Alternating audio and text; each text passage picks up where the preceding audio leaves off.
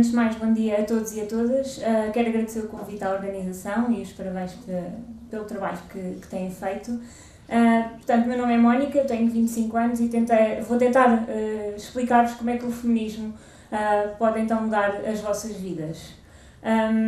Eu não sei, e eu acredito que todos vocês já foram confrontados com várias situações de desigualdade de género ao longo da vossa vida. No meu caso, eu lembro-me várias vezes a minha mãe me pedir para eu arrumar a louça da máquina ou apanhar a roupa do estendal e eu via que ela não fazia a mesma coisa com o meu irmão. Acontece também que, por várias vezes, ao não fazer essas tarefas, ela dizia: amanhã não vais ter com A, B e C. E eu não ia ter com A, B e C. Mas com o meu irmão a situação não acontecia, ele levava um raspanete, mas a situação depois passava.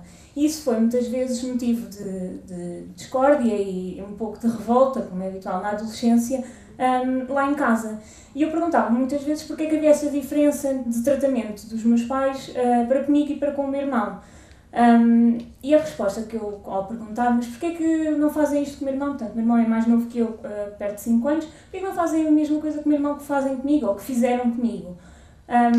E a resposta era sempre a mesma: porque tu és rapariga, quando tiveres uma filha falamos. E eu, não, aquilo não era suficiente para mim, não era uma resposta, uma justificação suficiente. Acontece que estas situações passam diariamente pelas nossas vidas. Eu lembro-me de várias vezes em que saí à noite e tive situações incómodas com alguns rapazes e mais tarde com alguns homens em que não aceitavam um não. Na primeira vez em que eu dava um não, e esta situação aplicava-se a mim e aplicava-se a várias amigas minhas.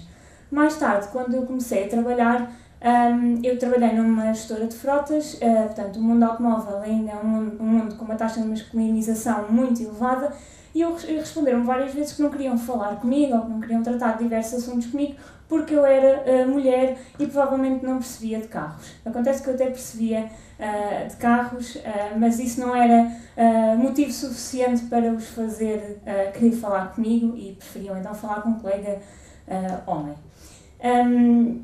Houve também uma situação um bocadinho incómoda com um colega meu no trabalho e eu naquele dia só me apetecia chorar com as coisas que ele me disse e eu pensei: ele tem uma filha, e eu então virei-me para ele e disse: eu espero que a tua filha nunca se confronte com ninguém que tenha esta mesma atitude que tu estás a ter comigo, porque é chato, é triste e não há justificação para que isso aconteça. Portanto, o que é o feminismo? O feminismo é a igualdade de direitos e oportunidades entre homens e mulheres, portanto, não é o oposto do machismo, nem lá perto, é mesmo um movimento que quer e pede igualdade para todos e todas, em qualquer aspecto: educação, salários, trabalho e por aí fora. O feminismo, ao ser a igualdade entre homens e mulheres, ultimamente tem estado muito na moda, mas não é uma moda. Portanto, o feminismo deveria estar sempre na moda e deveria estar, como a própria imagem diz, ser sempre fixe. Quando falamos também de feminismo, falamos de igualdade ou desigualdade de género. A igualdade de género é um conceito muito mais abrangente porque implica que os homens se juntem à questão. Portanto, não podemos ver o feminismo só como uma questão de direitos das mulheres. É necessário ver isto com um espectro muito mais alargado e integrar então os homens dentro desta questão. Porque quanto mais formos a remar no mesmo sentido, mais depressa chegamos ao sítio onde idealmente seria bom estarmos, numa sociedade muito mais justa, igualitária, coesa, competitiva, porque a inclusão de homens e mulheres na mesma sociedade, com os mesmos direitos e as mesmas oportunidades, torna efetivamente a sociedade muito mais competitiva e, por último, inclusiva. Portanto, eu trouxe o feminismo e normalmente é um tema contraditório porque os rapazes acreditam que não é para eles, que não fazem falta e que não necessitam. A questão é que vocês fazem falta, vocês também precisam e é muito mais fácil trabalhar neste sentido da igualdade de género e do feminismo convosco do nosso lado. Foi neste sentido que surgiu então o We4She. O We4She é um movimento criado pelas Nações Unidas em 2014 faz parte da agência UN Women e tem como cara a atriz Emma Watson, e a narrativa do E4C é muito mais inclusiva, exatamente porque, ao contrário de grande parte dos movimentos feministas, tenta integrar na sua agenda a consciencialização de homens e rapazes neste debate e fez-los ver mesmo que eles são necessários, que não precisam ser postos de parte e que têm efetivamente algo a dizer, porque uma sociedade desigual acaba por prejudicar também a vida dos homens.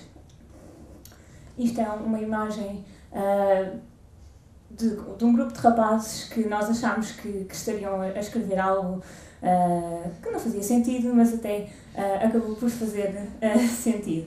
O E4C em Portugal surge no final de 2016, oficialmente só em março de 2017. Estamos presentes em várias universidades do país, como em Lisboa, no Algarve, Porto. Estamos a começar também em Braga e estamos também em Évora. E nós trabalhamos sobre 6 temáticas: identidade, saúde, violência, trabalho, política e educação. E trabalhamos com 3 atores, portanto, não precisam ser os 3 em conjunto, pode ser apenas um deles ou 2, pronto, aquilo que fizer mais sentido para a realidade do país. Portanto, são as universidades, as empresas e os governos. Em Portugal, começamos pelas universidades, porque achamos que é através da educação que é possível resolver então o problema de desigualdade de género. É necessário desconstruir preconceitos e estereótipos já feitos desde alguns centenas de anos, e tentar explicar que, mais uma vez, não é apenas uma questão de direitos das mulheres, estamos a falar efetivamente de direitos humanos que devem estar acessíveis a todos.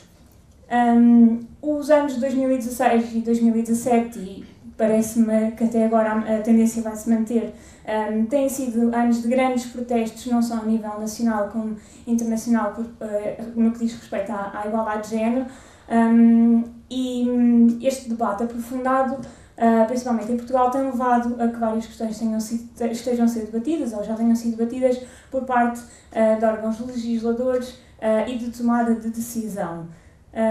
E eu quero que vocês entendam que isto não parte só das pessoas que tomam decisões, das pessoas importantes que vão todos os dias para o Parlamento ou para a Assembleia. Vocês também têm algo a dizer. Portanto, as mulheres são as principais vítimas desta desigualdade de género. Há um desequilíbrio enorme na balança de género que pende mais para o lado das mulheres. E hoje trouxe-vos alguns exemplos voltados ao mercado de trabalho, porque achei que era importante, porque alguns de vocês estão quase a entrar para a faculdade e o passo seguinte será então o mercado de trabalho. Existe um grande gap salarial, portanto um fosso salarial entre aquilo que uma mulher recebe e aquilo que um homem recebe para o mesmo tipo de trabalho. A média está entre os 16% e os 17%, ou seja, por hora uma mulher vai receber menos, cerca de 16% a 17% do que um homem. Isto na realidade portuguesa e na realidade da União Europeia, porque na realidade mundial este número aumenta para 23%. Ainda a somar a isso há também os entraves à progressão na carreira e a dificuldade de acesso a cargos de chefia e de direção. E estes 2 últimos pontos estão muitas vezes associados que quando a mulher quer dar o salto na sua carreira, normalmente está numa altura de idade fértil em que se põe pelo caminho a maternidade. E aquilo que temos que pensar é que a maternidade não pode ser um entrave ao desenvolvimento de uma carreira de uma mulher, porque nós precisamos de bebés, precisamos de mais pessoas, principalmente em Portugal, e isso não pode ser um entrave realmente àquilo que uma mulher quer fazer da sua vida. Há também a questão da licença de paternidade. Portanto, em Portugal, a licença de paternidade para os homens são 20 dias úteis obrigatórios mais 5 dias úteis facultativos, e em 2016 apenas 75,9% dos homens utilizaram esse direito que têm de estar com os filhos durante esses 20 mais 5 dias úteis. Muitas das vezes, quando lhes perguntam porquê que não utilizaram, portanto, aqueles 24% que não utilizaram a licença de paternidade, quando são inquiridos porquê que porque que não o utilizaram, a resposta é: fui pressionado pelas minhas chefias a não utilizar, ou pensei que iria pôr em risco a minha carreira porque estava num momento de progressão. E os homens também não podem ser prejudicados na sua carreira por terem filhos ou filhas. Acho que isso era mais aquilo que eu vos queria trazer hoje. Trago aqui 3 exemplos de fotos de protestos ou de maneiras de protestarem. Claro que estes protestos devem ser sempre feitos de forma pacífica, através do diálogo, e há aqui 3 coisas que se impõem que vocês podem fazer todos os dias. Primeiro é a introspeção. Vocês têm que olhar, pôr umas lentes de género e perceberem se a situação com que são confrontados está correta ou não. E muitas das vezes depois fazer ou um speak up ou um take action. Ou seja, estas duas ações, o denunciar e o não ser cúmplice de situações de desigualdade de género, são fulcrais para que no futuro, imaginem os vossos filhos ao serem educados por pessoas que já têm em atenção a estas questões, já vão ser pessoas muito mais conscientes daquilo que se passa na sociedade, e vão ser pessoas que vão usar o take action e o speak up exatamente para progredir e para fazer do mundo, efetivamente, um mundo melhor. Eu tenho uma amiga minha que costuma dizer que os direitos humanos são como um músculo e que, como todos os músculos, precisam de ser exercitados. Portanto, exercitem os vossos direitos humanos que eles precisem e não os deixem ficar flácidos. Portanto, a partir de hoje, levanta a mão quem é que é E4C, e obrigada pela vossa presença.